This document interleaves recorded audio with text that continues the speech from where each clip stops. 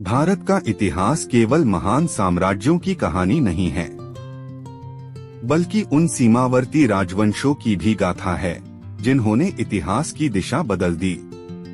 6वीं शताब्दी में गुप्त साम्राज्य के पतन के साथ ही भारत में एक नई राजनीतिक स्थिति उत्पन्न हुई, जहां छोटे छोटे राज्य उभरने लगे। ये राज्य साम्राज्य की सीमाओं पर स्थित थे, जिन्हें हम सीमावर्ती राजवंश कहते हैं। धीरे धीरे ये शक्तिशाली और स्वतंत्र बन गए। पश्चिम भारत में वल्लभी का मैत्रक वंश उभरा, जो शिक्षा और व्यापार का एक प्रमुख केंद्र बन गया। उत्तर भारत में वर्धन वंश के शासक हर्षवर्धन ने सत्ता संभाली और एक बार फिर उत्तर भारत को एकता में बांधने का प्रयास किया। पूर्वोत्तर में कामरूप वंश का उदय हुआ, जहां भास्कर वर्मन जैसे शक्तिशाली शासकों ने अपनी सत्ता स्थापित की। दक्षिण भारत में चालुक्य वंश ने अपनी ताकत दिखाई।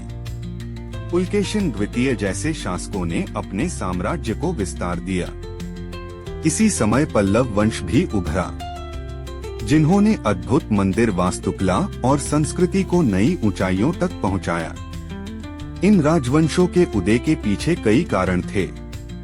गुप्त साम्राज्य का पतन, बाहरी आक्रमण और स्थानीय शासकों की महत्वाकांक्षा।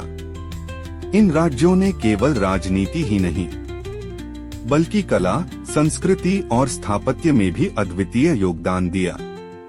सीमावर्ती राजवंशों ने भारत में क्षेत्रीय शक्तियों की नींव रखी, जो आगे चलकर बड़े साम्राज्यों में विकसित हुई। ये राजवंश हमें सिखाते हैं कि इतिहास केवल केंद्र में नहीं, बल्कि सीमाओं पर भी लिखा जाता है।